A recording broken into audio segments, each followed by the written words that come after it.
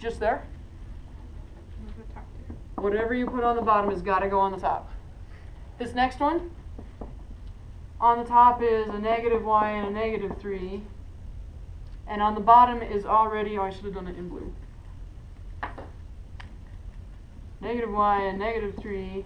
And on the bottom, this factored into y minus 6 and y plus 1. So what's the third piece that's missing? Y minus 1.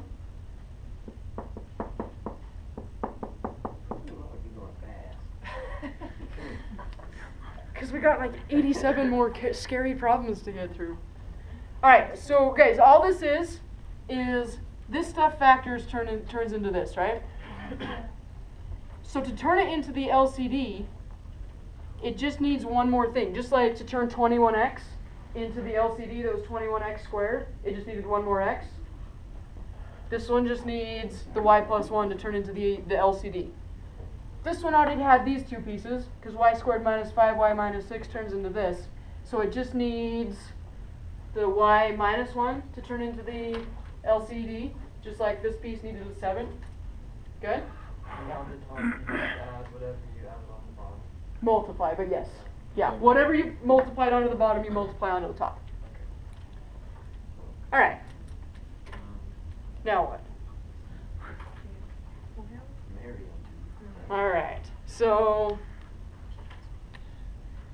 on the bottom, what are we going to have?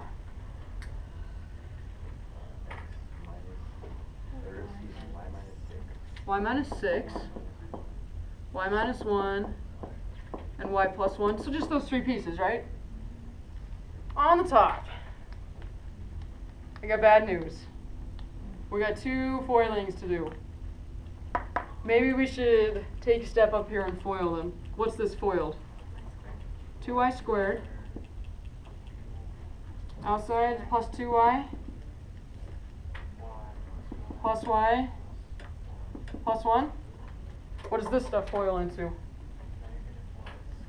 Negative y squared. Positive y. Inside? Minus 3y. Plus 3. Alright, so it's like the top is all this green stuff and we just need to combine all of it. So what are we going to have for y squareds? 2y squared minus y squared is y squared. How about with y's? We got 2y plus y, 3y plus y, minus 3y, just y. And numbers, we got 1 and 3 makes... Does that factor? Factors of 4 that add up to 1. Our choices are 1 and 4, or 2 and 2. Any combination of negatives work. So that top is prime, which means we're done with this problem. Yay! Okay, but I kind of lied. The one on your test, this is going to factor and cancel. Just saying. So I bet there's a homework problem a lot like that. So I have a question. Yeah. Why, because you said to leave everything out in factors. Yes. And that we're not putting things together or else it's going to screw us up, so why are we foiling now? Okay. This was when I said that, I said 99% of the time. This is the time when you don't. And here's why. There's a step that I didn't show here. And that step is 2y plus 1 times y plus 1 plus negative y minus 3 times y minus 1 all over the denominator stuff. On its most zoomed out scale, what does this build out of? Terms or factors? Oh, terms. Yeah, on its most zoomed out scale, this is a term plus this is a term. So technically, you haven't done, like what you're just saying, like leave it all in factors. Those terms are built out of factors, but on the biggest scale, it's not in factors.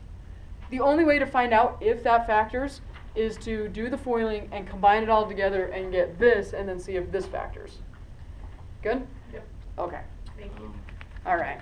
Yeah. Going back like a mile now. Okay, back like a mile. Why did you multiply the bottom by y plus 1 in order to get it on the top too? Because our common denominator had all, I erased it now. Our common denominator is all three of these pieces. Okay. But to begin with, if you factor this one, it's only got these two. So it needs this one to turn into the LCD. So I put it on the bottom to make it the LCD, and also on the top.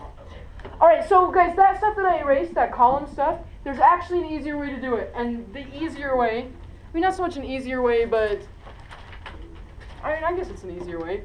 If you take a step and factor this into the y minus 6 and the y minus 1, and you take a step and you factor this into the y minus 6 and the y plus 1, you don't have to actually make all of those columns. All you have to do is look and say, both of them have a y minus 6. This one would need a y plus 1. This one already has a y plus 1. It would need a y minus 1. So you can kind of do that in your head without doing all of the columns. If you do the columns, though, that's okay. Good? All right. Here's this next problem. Is the book shows you this really ridiculous way of coping with this. I'm going to teach you a shortcut that I want you to use ever and anon. 3 over 8a plus 1 over negative 8a. These are almost common denominators already. Which one's missing a piece? The left one. What is it missing? It's missing a negative 1. So the book would have you times this by the missing piece. That's actually going to be 800 times harder than this way. 3 over 8a plus 1 over negative 8a. It is legal to say what's 1 divided by that invisible negative 1? Almost. Negative 1.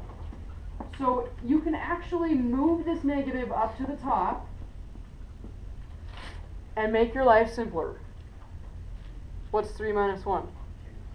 So 2 over 8a, which reduces to 1, well not 1/4a, but 1 over 4a. You get this exact same answer by doing this. This is way harder. Way harder. Let me show you how this looks in a more algebra situation. We got 5x over x minus 2y minus 3x minus 7 over what? 3y minus 7. 3y minus 7 over 2y minus x. What do you notice about these denominators? Backwards. They're just backwards of each other. What's the trick for switching the order? Not times by a negative 1. Factor out a negative 1. I know it looks like the same thing, but it's different. Which one do you want to factor out a negative 1 from? The 2y minus 7. You guys like that to be alphabetic order? Alright, so leave this one the same.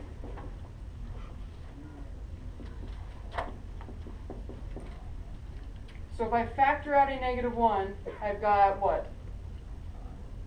Negative 2y. Negative 2y and positive x. So that's what it accomplishes, is switching the order of subtraction.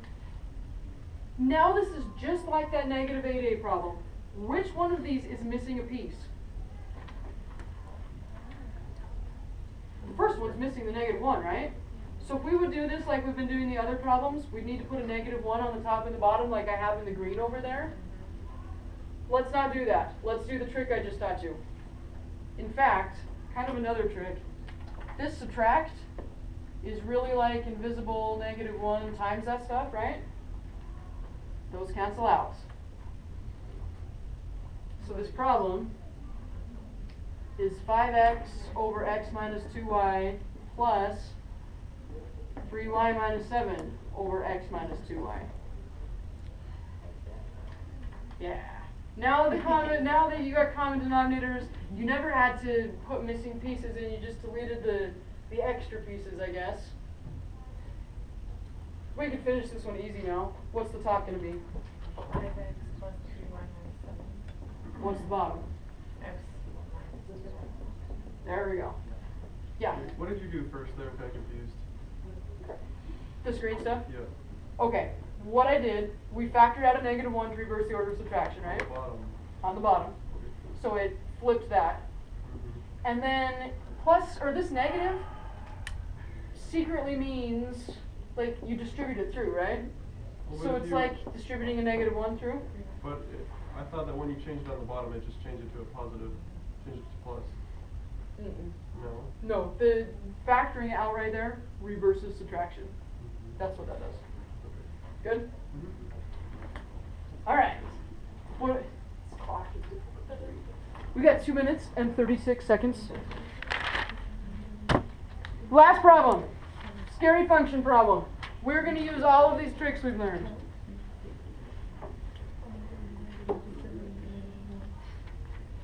It's a function problem, so what are we going to worry about? Domain. When are we going to worry about it? After factoring, before eliminating. Perfect. All right, so we've got 2x over x squared minus 4 plus 5 over 2 minus x minus 1 over 2 plus x. First thing we need to take care of. What's that subtract? What should we do with that?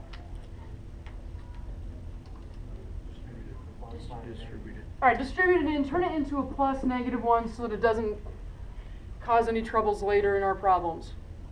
Next thing we should do, let's factor that x squared minus 4. What does that factor into? X plus 2, x minus 2. So you see that that's what those are, but they're backwards. How do I reverse this subtraction? If I factor a -1 out, I get -2 plus x, which is x minus 2, right? All right with that?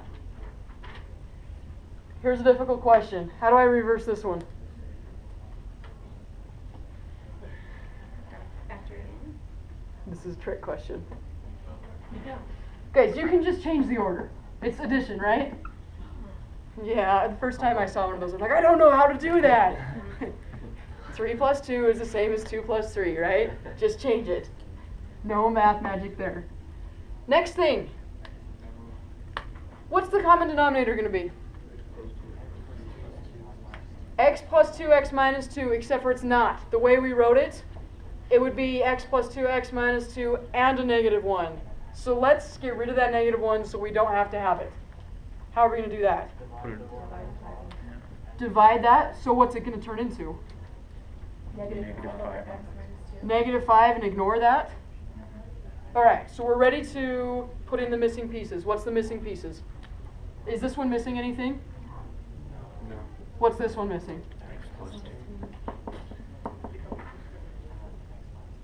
And an x minus 2 on this one?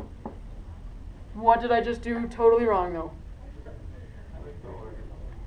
Whatever you put on the bottom has got to end up on the top. Alright, so let's try to do this all in one fell swoop. What is the denominator of the answer going to be? X plus 2, x minus 2. We're going to have 2x. Then what are we going to have if we do that distributing? Minus 5x minus 10 minus x plus 2. Okay, we're almost there. The top all combines into 2x minus 5x is -3x minus x is? Not quite. 2 minus 5 is -3 minus 1 more? Alright, so we got -4x, -10 plus 2, -8. On the bottom, still x plus 2 and x minus 2. Does the top factor? Yeah, it does. Yes, -4 comes out. Leaves us with x plus 2 all over this stuff. Alright, we just factored and we're about to cancel, so let's worry about the domain. What's the domain? So x cannot equal 2 or -2. What cancels? So our final fraction, -4 on the top, x minus 2 on the bottom. Holy moly. with these domain restrictions. Right. Tomorrow the nightmare gets worse. Okay, so our projects were due today. If you neglected to bring your project, don't pester me about it. Bring it tomorrow. You have your project. Come turn it in.